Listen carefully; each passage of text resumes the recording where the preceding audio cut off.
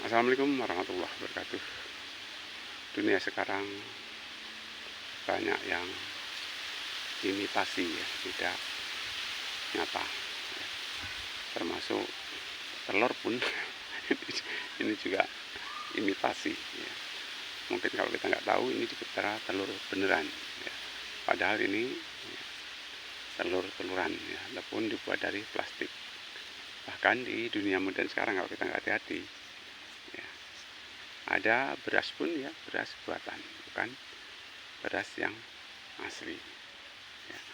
Itu juga ya, emas itu juga imitasi ya, bukan yang asli tetapi peniruan. Mudah-mudahan kita ya, tidak terkecoh dengan adanya imitasi ataupun barang tiruan tersebut. Kita tetap menjaga kualitas daripada segala-galanya. Oke, terima kasih. Assalamualaikum warahmatullahi wabarakatuh.